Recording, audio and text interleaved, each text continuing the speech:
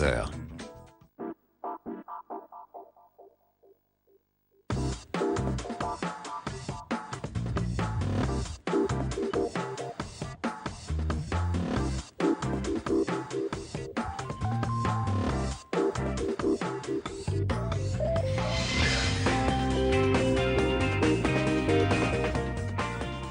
Drancy a été gardé par des gendarmes français, géré par des fonctionnaires français.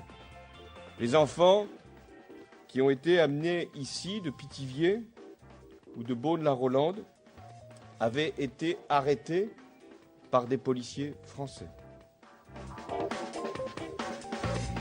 Et oui, la mémoire est aussi un enjeu d'actualité. Régulièrement, les commémorations font débat et polémique entre la droite et la gauche, mais aussi à l'intérieur de chaque camp. Alors, faut-il pratiquer la repentance, tenir compte du contexte pour expliquer l'histoire et comment trouver les mots pour transmettre le passé aux jeunes générations? Pour répondre à ces questions et pour déshabiller en tout bien, en tout honneur, les politiques en costume d'historien, avec nous 4 invités. Jean-Philippe Moinet, fondateur de la revue civique Que Voici. Bonjour. Vous avez beaucoup travaillé sur ces questions de mémoire et de commémoration au sein de l'Observatoire de l'extrémisme et du Haut Conseil à l'intégration, dont vous avez été secrétaire général. Frédéric Ancel, géopolitologue, spécialiste du Proche-Orient. Vous avez évoqué ces questions dans 2 récents ouvrages, Comprendre la géopolitique et puis l'Atlas de la géopolitique, voilà, aux éditions Autrement. Stéphane Rosès, politologue et fondateur de l'agence CAP, pour mettre en perspective les intentions et l'impact des discours des politiques. Et enfin, Denis Bertrand, sémiologue et habitué de l'émission. On va commencer avec vous par un petit commentaire sur le registre et le ton de ces discours. Un ton qui varie souvent et fortement d'un président à l'autre. On commence par François Hollande lors de l'inauguration du mémorial de la Shoah à Drancy. Drancy, c'était la dernière étape avant l'enfer. L'enfer des wagons à bestiaux, l'enfer des camps d'extermination. Drancy, c'était la porte de l'enfer. Des milliers d'hommes et de femmes, d'enfants, tassés, parqués, martyrisés pendant des jours et des nuits, sans recours, affrontant la peur, la faim et cette incertitude sur l'issue finale. Ils attendaient. Ils ne savaient pas tous que la mort était au bout de l'épreuve. On voit bien qu'il cherche à rappeler toute la dimension tragique de cette histoire, mais on voit aussi que ce n'est pas facile de trouver les mots. Il a d'ailleurs des rimes un peu curieuses. Et puis même s'il avait convié de nombreux jeunes à la cérémonie, eh bien l'exercice reste somme toute extrêmement classique. Ce n'était pas le cas de Nicolas Sarkozy, qui au début de son mandat avait tenté d'explorer de nouvelles pistes pour rendre l'histoire plus vivante. Un épisode est resté dans les mémoires, celui de la lettre de Guy Môquet, jeune résistant exécuté à 17 ans.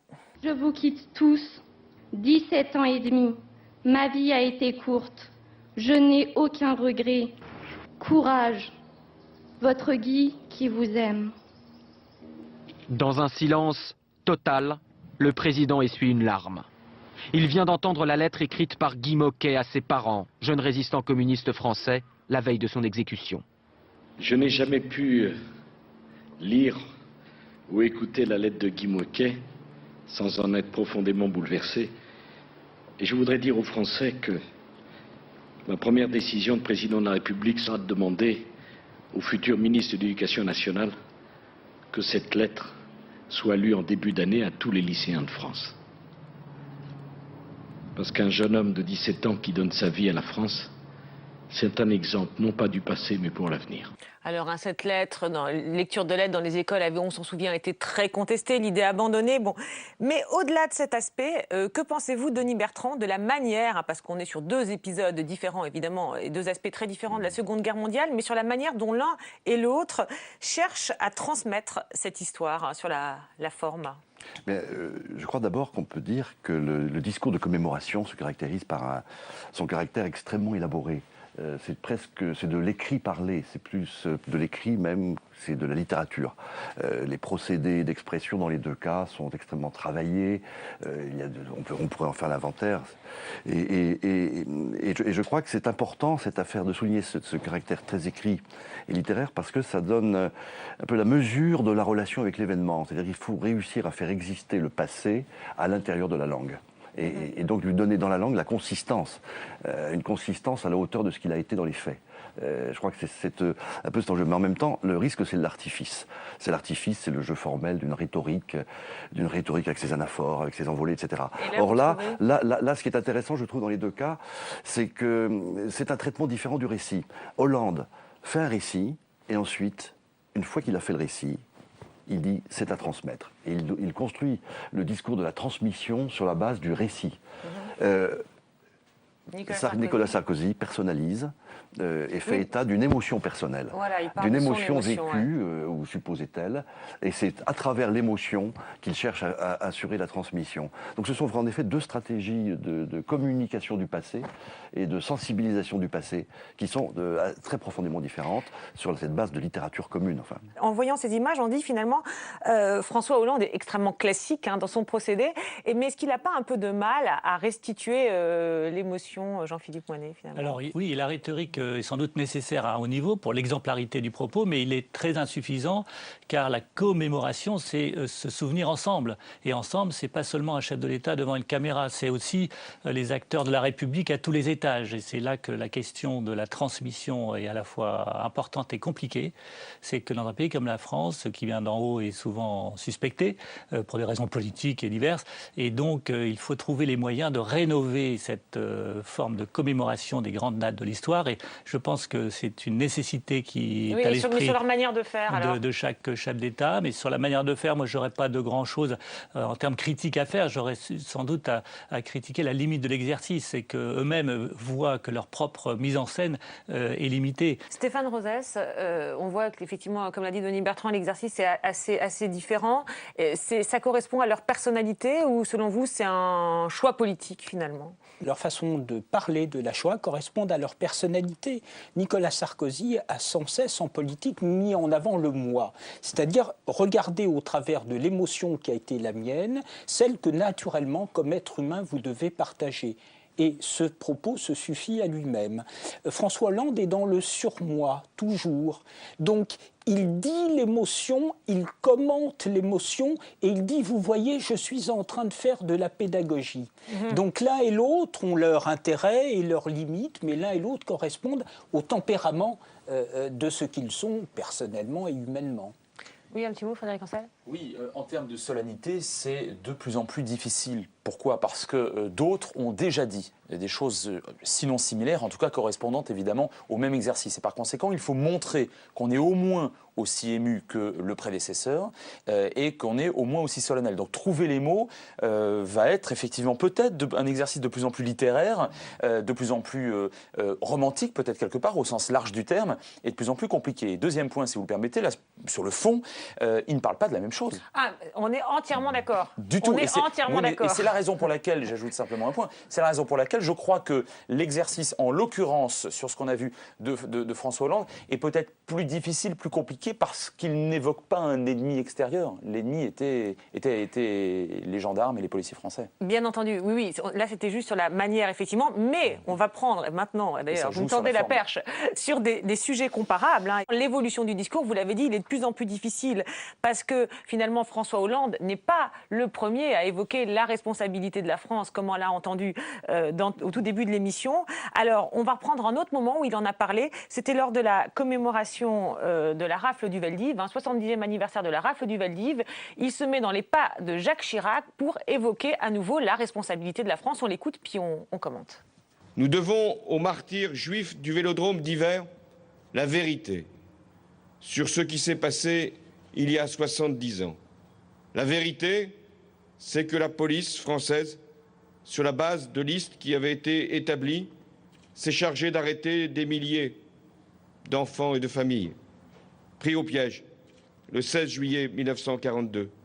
La gendarmerie les a escortés jusqu'au camp d'internement. La vérité, elle est dure, elle est cruelle. c'est que pas un soldat allemand, pas un seul, ne fut mobilisé pour l'ensemble de cette opération. La vérité, c'est que le crime fut commis en France, par la France. Le grand mérite du président Jacques Chirac est d'avoir reconnu ici même, le 16 juillet 1995, cette vérité. Mais la vérité, c'est aussi que le crime du Veldiv fut commis contre la France, contre ses valeurs, contre ses principes, contre son idéal. L'honneur fut sauvé par les justes et au-delà par tous ceux qui surent s'élever contre la barbarie, par ces héros anonymes dont la mémoire fut une nouvelle fois évoquée ici. Donc dans son discours, François Hollande cite Jacques Chirac, lequel avait le premier reconnu la responsabilité de l'État français dans cette rafle. C'était en 1995, juste après son élection. On revoit un extrait. Madame, Monsieur, bonsoir. Pour la première fois, un président français, en l'occurrence Jacques Chirac, a admis la responsabilité de l'État français dans la déportation et l'extermination de Juifs durant la Seconde Guerre mondiale. C'était ce matin à l'occasion des cérémonies commémorant la rafle du Veldiv le 16 juillet 1942. Ces heures noires souillent à jamais notre histoire et sont une injure à notre passé et à nos traditions. Oui, la folie criminelle de l'occupant a été, chacun le sait, secondée par des Français, secondée par l'État français. Frédéric Ancel, vous l'avez dit, effectivement, François Hollande n'est pas le premier à évoquer la responsabilité de la France. Jacques Chirac l'avait fait aussi. Et en réécoutant ça, on se demande finalement, est-ce qu'il va plus loin ? Pourquoi le redire?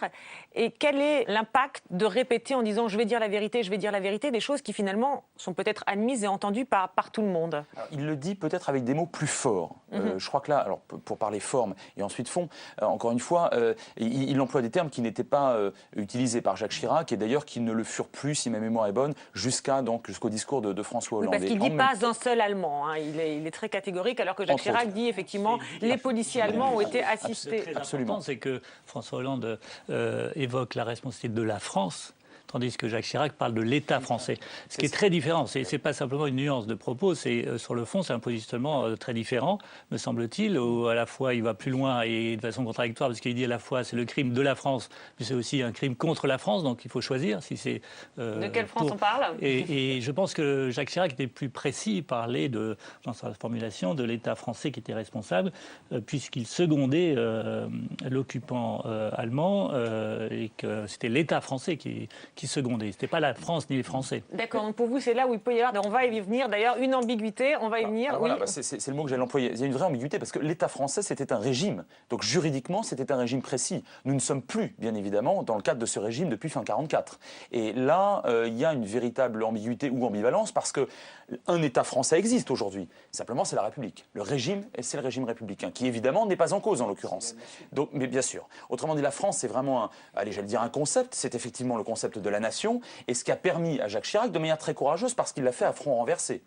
Contre la vulgate gaulliste, c'était un gaulliste, c'est un gaulliste. Donc ça, c'est quand même très intéressant. François Hollande, à ce titre-là, prenait peut-être moins de... Oh, il ne s'agit pas de prendre de risques, mais était peut-être moins en avant par rapport à ses propres troupes, de façon générale. Donc là, il y a quelque chose qui me semble extrêmement intéressant. Et puis avec cette question d'ambiguïté que vous évoquez, alors les gaullistes, justement, on va en entendre un, parce que la déclaration de François Hollande, et c'est peut-être à cause de ce terme, la France a suscité la polémique, été 2012, quelques semaines après son élection, on s'en souvient, et je vous propose d'écouter la réaction d'Henri Guénaud, ex-plume de Nicolas Sarkozy. Chirac était allé un tout petit peu moins loin, mais avait déjà fait un pas dans ce que je considère comme une mauvaise direction, donc je n'étais déjà pas très heureux de ce qu'il avait dit. Ce qu'a dit M. Hollande de façon beaucoup plus claire hier, personnellement, me scandalise. Pourquoi? Mais pour une raison très simple, ma France, M. Jacubizine, elle n'était pas à Vichy. Elle était à Londres depuis le 18 juin. voilà, la mienne. Alors peut-être que nous n'avons pas la même France, peut-être que nous ne référons pas à la même France, peut-être que nous n'aimons pas la même France, M. Hollande et moi. Peut-être que M. Hollande se sent plus proche de la France des notables apeurés qui se sont précipités à Vichy après l'armistice. C'est pas ma France, voilà, ça n'est pas ma France du tout. Et sinon, je propose que désormais M. Hollande en tire les conséquences qu'il devrait en tirer et qu'il supprime la commémoration du 18 juin, puisque le 18 juin c'est exactement cela. C'est dire le 18 juin, la France elle est à Londres. À partir de là, à partir de ce moment-là, elle est à Londres, légitimement et légalement. Ce que fait le régime de Vichy. Merci Voilà. beaucoup. Voilà, réaction d'un gaulliste revendiqué sur justement ce que vous disiez à la notion la France, pas l'État français, mais la France. Alors, Stéphane Rosès, la question qu'on se pose, c'est est-ce que François Hollande a été maladroit en employant ce terme, la France, ou pas? À l'intérieur même du discours de François Hollande, il y a une tension. Pourquoi? Parce qu'il dit, comme Jacques Chirac, il dit la France ne correspondait pas à ses valeurs. Oui, mais alors, est-ce que c'est, du coup, est-ce que c'est la France qui a fait, la collaboration, qui a fait la Shoah? Alors, il dit autrement, et il dit par ailleurs, il y avait d'un côté la France et de l'autre les justes, ceux qui ont résisté. Oui, oui. Donc tout ça n'est quand même pas d'une grande maîtrise historique. Hein. C'est un point qui est un point tout à fait important. On le sait après la Seconde Guerre mondiale. La République est stabilisée, comme dit François Furet. Mais le sujet est toujours vivace. Et donc la construction des gaullistes et des communistes, c'est de dire tout ça, ça n'a rien à voir avec la France. Voilà. Et plus on s'éloigne, plus les enjeux sémantiques, me semble-t-il, deviennent un tout petit peu secondaires, alors que pour les historiens et objectivement, c'est un problème. Oui, mais alors la question, c'est dans la bouche d'un politique, est-ce qu'il y a, on disait ambiguïté tout à l'heure, maladresse de sa part, vous pensez, ou pas? Hollande, en tout cas, il y a un artifice, il me semble au moins égal, ils se rejoignent en cela, François Hollande et Henri Guénaud, par un artifice de considérer globalement, en amalgamant à la fois la culpabilité et la victime de la France dans cette période, et le fait que la France était à Londres. On sait bien que la France était pour partie à Londres et son honneur a été préservé à Londres, mais la France était ailleurs et l'État français était ailleurs.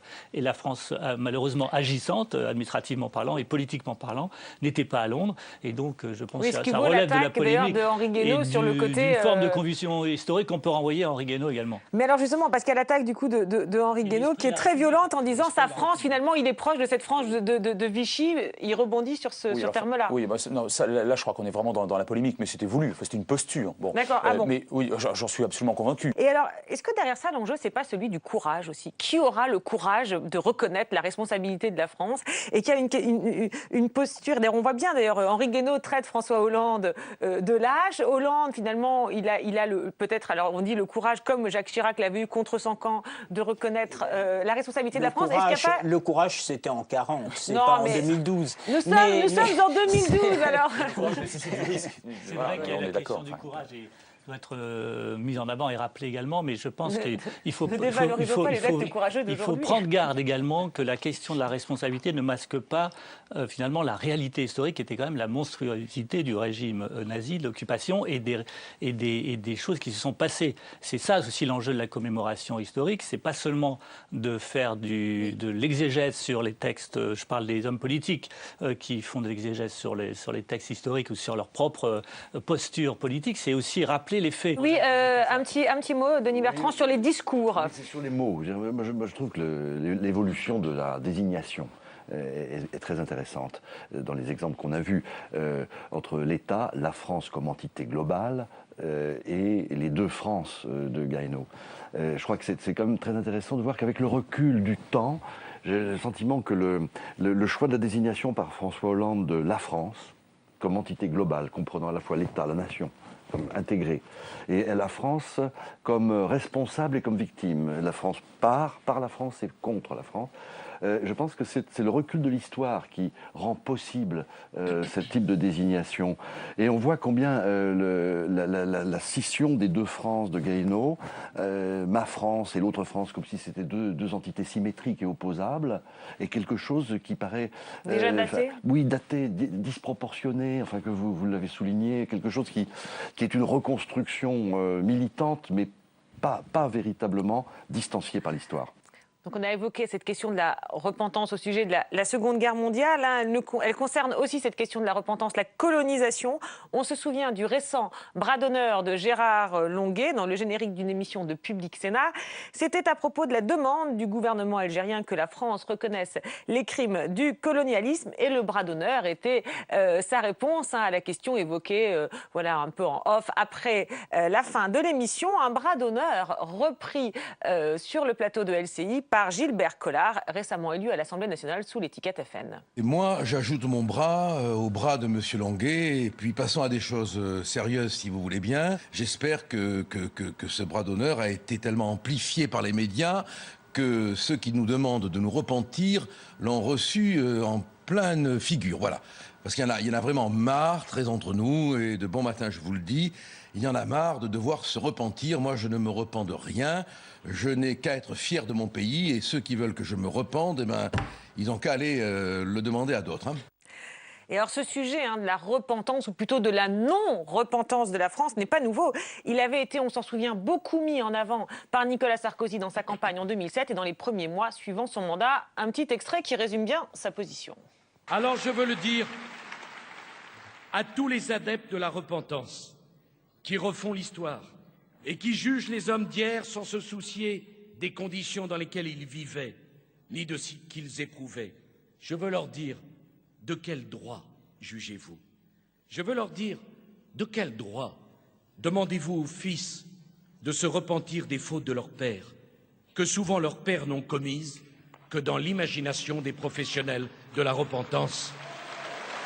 Voilà, les professionnels de la repentance, le message est clair. Alors là, on voit qu'il y a un véritable enjeu politique, cette question de la repentance, entre la droite et la gauche, mais surtout à l'intérieur même de la droite. Alors la question, c'est: est-ce que c'est la montée du Front National, selon vous, qui exacerbe ce débat aujourd'hui, Stéphane Rosès, Jean-Philippe Poinet? Non, je pense que c'est quelque chose d'un peu différent, mais dont le Front National est effectivement l'expression. La façon dont on va dire quelque chose sur l'histoire de la France, c'est en fonction de ce qu'est culturellement la droite et la gauche. La droite est dans l'idée de l'union, du rassemblement, y compris dans la mémoire. Et tout ce qui viendrait mettre en cause une partie de notre histoire poserait problème. La pensée de la gauche, c'est au contraire que derrière l'union factice d'une société, il faudrait aller en chercher la tension. Et donc déjà, culturellement, la gauche et la droite ne réagissent pas pour ces raisons. D'accord, donc culturellement, à droite, problème avec la repentance. Oui, c'est ça. Du coup, la repentance est devenue, alors je crois que c'était justement sur le sujet de la colonisation que le terme a été utilisé pour la première fois. Et là, ce qui est intéressant, c'est de voir la passion française sur ces questions. Pour vous, c'est une vraie question culturelle, un vrai débat culturel droite-gauche, même si peut-être Jacques Chirac n'avait pas forcément été toujours dans la tradition vraiment de la droite. Oui, Alors, oui, une autre différence peut-être entre la gauche et la droite, qui est peut-être plus politique et moins culturelle, c'est l'idée de nation, l'idée qu'on s'en fait. Alors, ce qui est très intéressant, c'est que fin 19e, la nation est une idée de gauche, très clairement. Et le pays, au sens petit pays, à l'époque, est une idée de droite. Et il va y avoir un basculement début et milieu 20e, et parfois une partie de la droite française a tendance à considérer que le ciment national doit être préservé à tout prix. À tout prix, D'où continuité de l'État, quel que soit le prix que cela coûte, et d'autre part, préservation de tout ce qui pourrait enrayer en quelque sorte ce sacro-saint concept d'union, effectivement. Pour la gauche, c'est certainement moins difficile de remettre en cause la nation au sens nationaliste, autrement dit au sens relativement agressif du terme. Or, les guerres coloniales donc en Indochine et en Algérie, pour une part au moins, ont été présentées à l'époque comme étant des guerres au profit de la nation et au profit de nationaux, puisqu'en Algérie, on avait pratiquement 1 million de nationaux. Et ce clivage, vous qui êtes... Oui. Le discours qu'on vient d'entendre, ou l'extrait qu'on vient d'entendre, c'est celui d'un homme politique qui se trouve dans l'éthique de la conviction,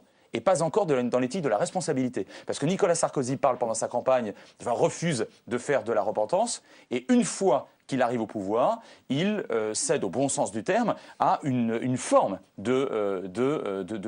sinon de repentance, en tout cas de discours mémoriel extrêmement assumé. Et ça, je crois que c'est valable pour le coup aussi pour... Mais sur certains, pas sur tous les thèmes, sur certains thèmes, sur certains sujets.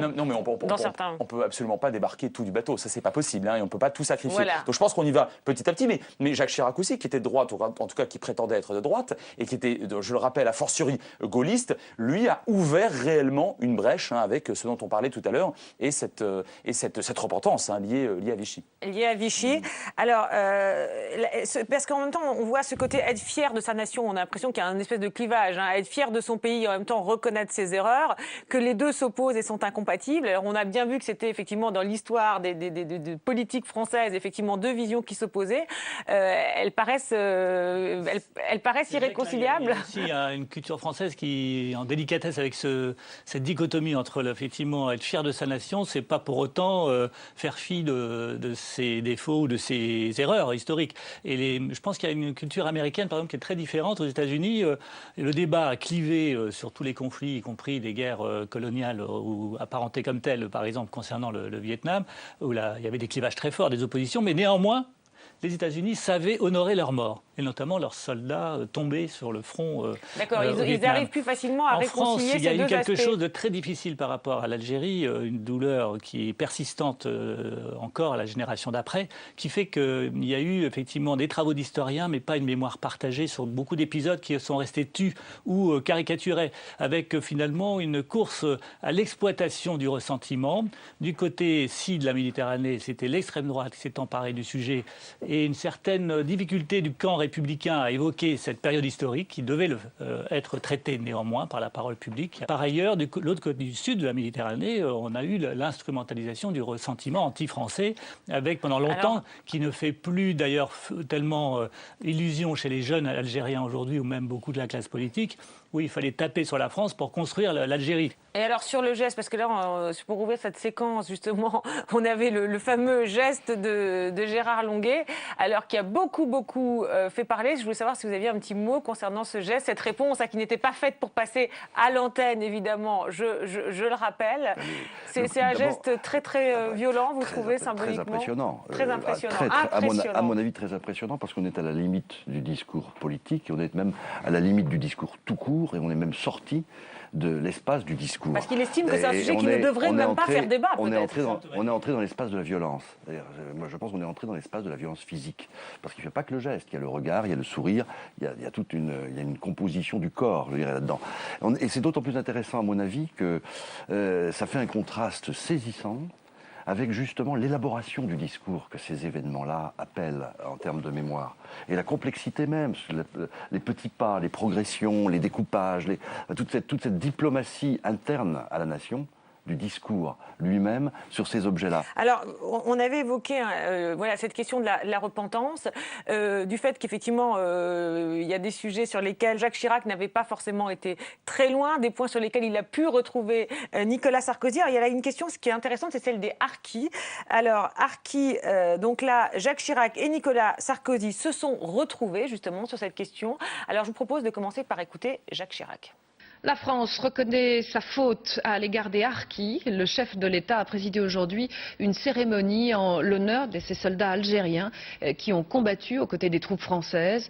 De 30 000 à 100 000 harkis ont payé de leur vie leur fidélité à la France, et la communauté espérait ce geste de reconnaissance depuis maintenant 40 ans. Les massacres commis en 1962, frappant les militaires comme les civils, les femmes comme les enfants, laisseront pour toujours l'empreinte irréparable de la barbarie. Ils doivent être reconnus. Les harkis ne sauraient demeurer les oubliés d'une histoire enfouie. Ils doivent désormais prendre toute leur place dans notre mémoire. Voilà, et maintenant on passe à Nicolas Sarkozy, qui avait fait de cette question des harkis, là aussi, un des thèmes de sa campagne en 2007. Aux enfants des harkis qui ont servi la France, qui ont dû fuir leur pays et que la France a si mal accueillis, je veux dire que si la France doit des excuses et des réparations, c'est à eux qu'elle les doit. Et voilà, ce qui est assez intéressant, c'est de voir le contraste avec François Hollande, puisque lui, pour le coup, il a été beaucoup moins en pointe sur cette question des harkis. Il s'est contenté d'un simple communiqué lors de la journée d'hommage aux harkis, où il reconnaît, alors les mots sont intéressants, certes, il reconnaît que la France a abandonné ses propres soldats, que les harkis et leurs familles ont été accueillis et traités souvent de manière indigne sur le sol français, et que la France se grandit toujours en reconnaissant ses fautes. Alors, sur le discours et sur le fond, intéressant, mais alors la forme, c'est incroyable. Pourquoi un simple communiqué? C'est parce que pour lui, c'est moins important? Parce qu'il y a une gêne. La gauche s'est racontée ensuite qu'elle avait été du côté de l'indépendance de façon unanime, et bon, ce qui n'était pas évidemment le cas. Et donc, du coup, comme si la question des harkis, c'était la question du camp d'en face. Et le camp d'en face, les gaullistes ont été longtemps en gêne avec les harkis. Pourquoi ? Parce que effectivement, dans l'accord, il y avait la question des harkis, et que la France a laissé, c'est un fait historique, sans doute pouvait-elle faire autrement. La France a laissé des dizaines de milliers. Mais sur François Hollande, il y a un sujet. Parce que c'est pas dans pour faire vite, c'est pas dans le patrimoine historique de la gauche que la question des harkis. Oui, mais c'est intéressant parce qu'on le voit bien, la repentance, entre guillemets, enfin quand même, de Jacques Chirac sur cette question-là. Bon, Nicolas Sarkozy lui dit, si on a certains à qui on doit la repentance, c'est eux, c'est pas les autres. Les principes ne valent que... Voilà, il y a les harkis, sinon pas de repentance. Et c'est intéressant de voir que la gauche, dont on a dit qu'elle était beaucoup plus à l'aise sur ces questions, est là en recul.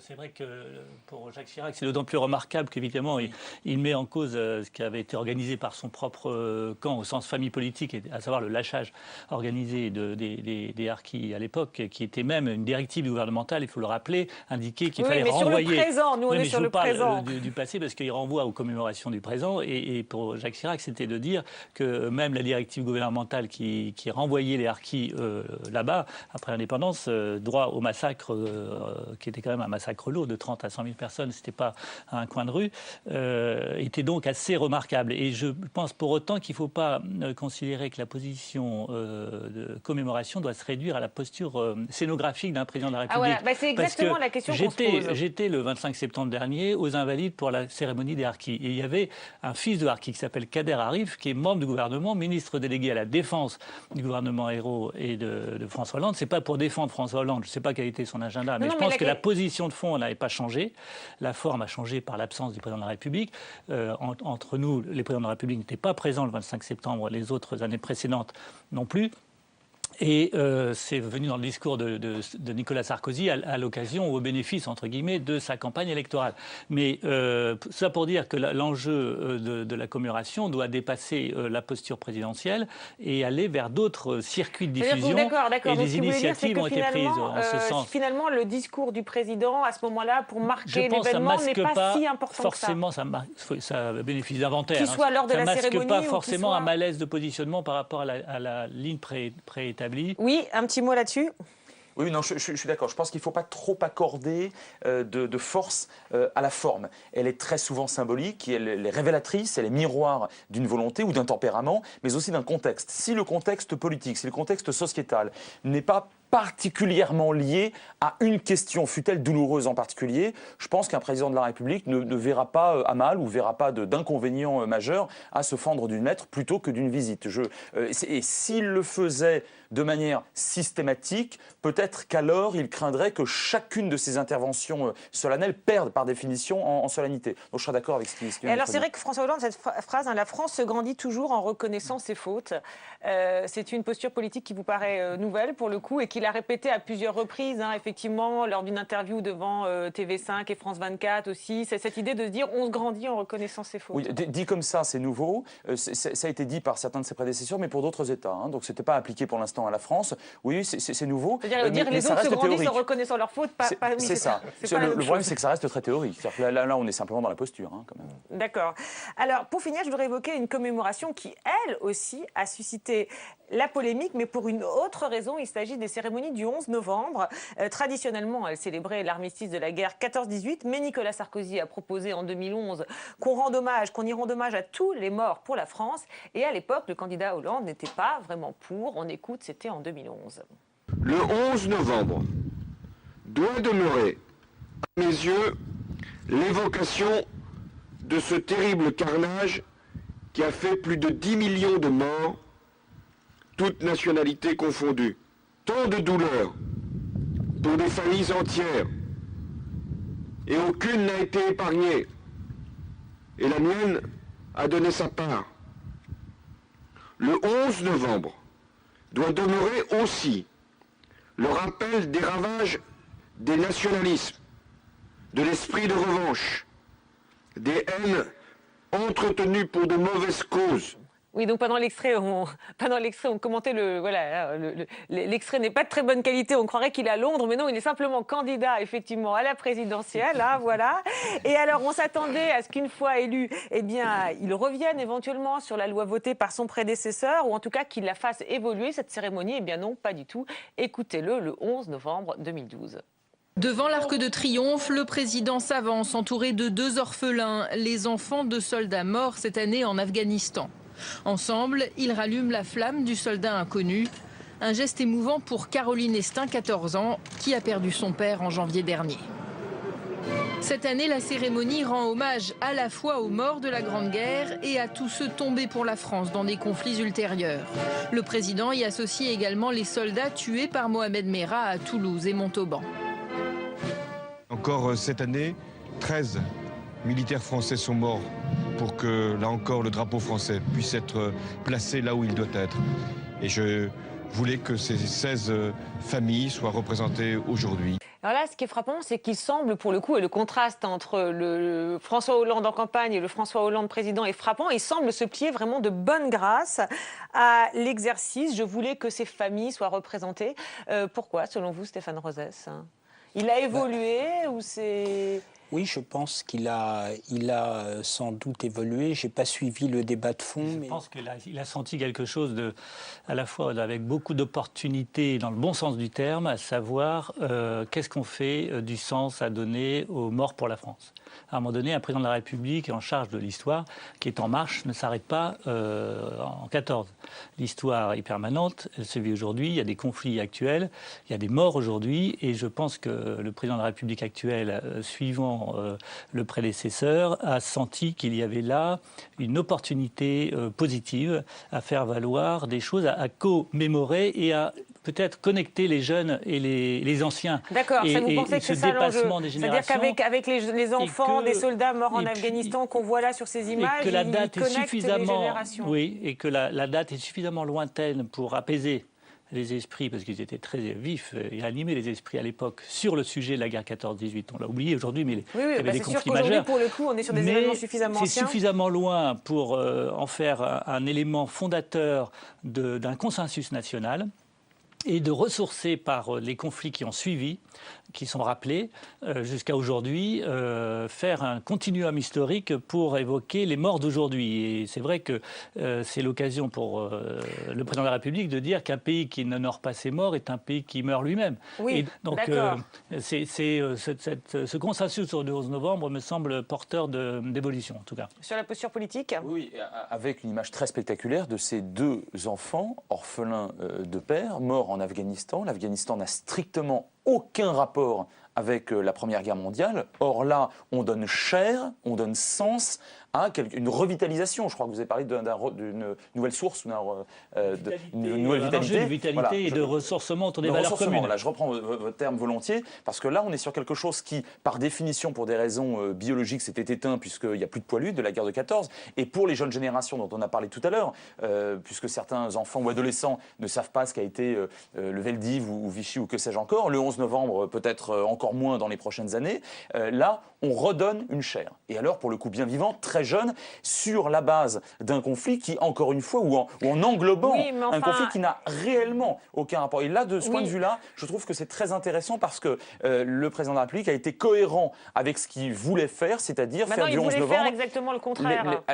Une fois devenu président, éthique de conviction, éthique de responsabilité. Non, mais c'est vrai que ce qui est intéressant de 2 choses, c'est d'une part de voir comment on peut être contre et puis finalement pour. Alors on se demande si la posture d'avant était une posture purement politique de candidat ou d'opposition, bon, voilà. Ça, je crois que c'est le jeu absolument sempiternel de la démocratie, avant les élections et après. Enfin, d'accord, ok, donc c'est normal. C'est normal et naturel. On peut changer d'avis. Et puis on peut changer d'avis, oui. C'est-à-dire qu'il arrive, il y a des historiens, il y a des commissions d'historiens, et il y a des gens qui travaillent là-dessus. Pas forcément réfléchi. Et voilà, et il voit différemment. Les armées, se retrouver devant un cercueil d'un soldat qui revient d'Afghanistan n'est pas la même chose quand on est dans l'opposition et quand on est aux commandes des armées. D'accord, donc vous dites effectivement on peut évoluer, il peut se rendre compte qu'il faut honorer aussi les morts d'aujourd'hui. Mais alors quand même, sur la jonction entre ces deux, effectivement la guerre de 14 et les morts d'aujourd'hui, dans les conflits en Afghanistan, qui comme vous l'avez dit n'ont quand même rien à voir, il a cette phrase qu'on a relevée, qu'on trouvait un petit peu étrange, parce qu'il dit voilà, qu'il y a des morts pour que le drapeau français soit placé là où il doit être.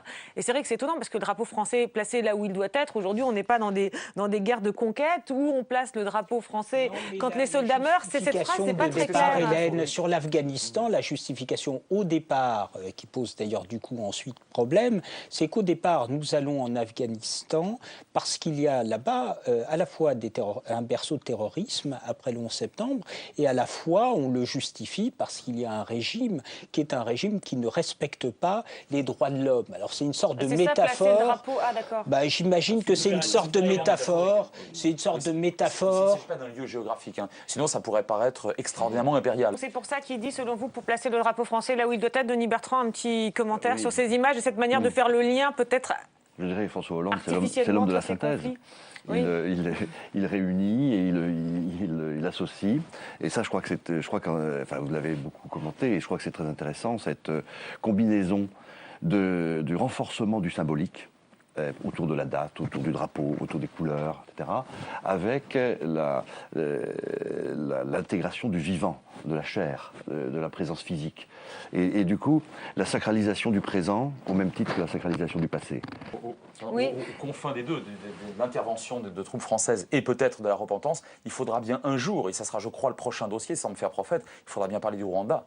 Et on en parle d'ailleurs déjà très régulièrement, mais je pense qu'on est déjà avec le voyage de Nicolas Sarkozy et de Bernard Kouchner il y a quelques années, et au contraire le déni qui fut celui de François Mitterrand à l'époque, on est sur quelque chose déjà d'extraordinairement important, et je crois que c'est un dossier qui un jour explosera sur les sujets qu'on est en train de traiter. D'accord, oui. Ce qui est intéressant sur la symbolique, c'est qu'on parle là du présent, des projections extérieures géographiques, quand le pays et le président peut-être lui-même peinent à dire ce que devrait être la France demain. C'est-à-dire la projection géographique symbolique fonctionne mieux que la projection dans alors le justement, temps ça nous amène à la conclusion de cette émission qui est effectivement, on voit bien que François Hollande, dans quelques mois, a beaucoup été sur ces questions de mémoire, peut-être plus que ses prédécesseurs. Enfin, en tout cas, il y a beaucoup été. Pourquoi, selon vous ? C'est croissant. Les historiens peuvent un peu pour le meilleur et pour le pire, ils sont contents parce que ça ramène l'histoire un peu au centre de l'actualité. Et à la fois, il y a des éléments d'instrumentalisation. Oui, parce que derrière ça, c'est notre sujet historique, c'est qu'est-ce qu'on a à faire ensemble avec le voisin d'à côté. D'accord, oui. Le récent discours du président de la République devant une statue assez méconnue près des Invalides qui incarne en fait la lutte contre le terrorisme et surtout les victimes du terrorisme. Il y a eu un discours remarqué du président de la République concernant les victimes du terrorisme qui était là aussi pour dire qu'il y a des circonstances où la nation doit se ressouder. Alors c'est un discours qui peut paraître convenu, du consensus instrumentalisé. Il y a un temps où on faisait la guerre pour ressouder la nation. Aujourd'hui, on commémore ensemble les morts de la guerre, et les guerres passées, du terrorisme, etc. C'est là que l'événement, en l'occurrence, était intéressant, c'est qu'il y avait la parole de victimes elles-mêmes, qui ont été aussi fortes, voire plus fortes d'ailleurs que celle du président de la République. Un mot sur ce choix justement de politique. Vous disiez il y a le Rwanda, il y a d'autres dossiers encore, mais enfin il y en a beaucoup là qui ont été traités par François Hollande. Pour toute nation, il faut renforcer le ciment national. Il faut faire ce que les Américains appellent un narrative. Et c'est quelque chose qui est très très important. Parfois c'est délicat à gérer, à mener pour des raisons politiques, voire électorales, mais c'est quelque chose qui doit être fait. Est-ce que François Hollande le fait vraiment plus ? Jacques Chirac, en juillet 95, Jacques Chirac l'avait beaucoup fait, tout de suite. Et puis il l'a fait dès son avènement au pouvoir, hein, quand même. Oui, c'est vrai, Jacques Chirac l'a fait aussi avec les Justes à la fin de son mandat. D'accord. Écoutez, merci beaucoup à tous les quatre. Merci à Marie Lebon qui s'est levée tôt pour m'aider à préparer cette émission. Merci à Diane de Charmas qui s'est couchée tard pour m'aider à la monter. On se retrouve la semaine prochaine à l'antenne et tous les jours sur le site de Public Sénat pour voir et revoir tous les déshabillés en ligne. assez curieux, parce que c'est un mot... Moi, je me suis beaucoup posé la question du choix de ce mot par rapport à repentir, par exemple, ou par rapport à regret. Oui, mais c'est vrai qu'il y a un côté comportemental qui est... Donc, la regression, le remortisme n'existe pas. C'est un acte de langage. C'est ça, c'est ça. Qui est à lui-même sa propre fin. Là, la pénitence, elle est dans le mot. C'est juste. Elle est dans le mot tout entière. Un élève de la campagne et un élève de la 3e en ville, on les met à côté, on voit carrément la différence. Il y a beaucoup d'enfants de paysans qui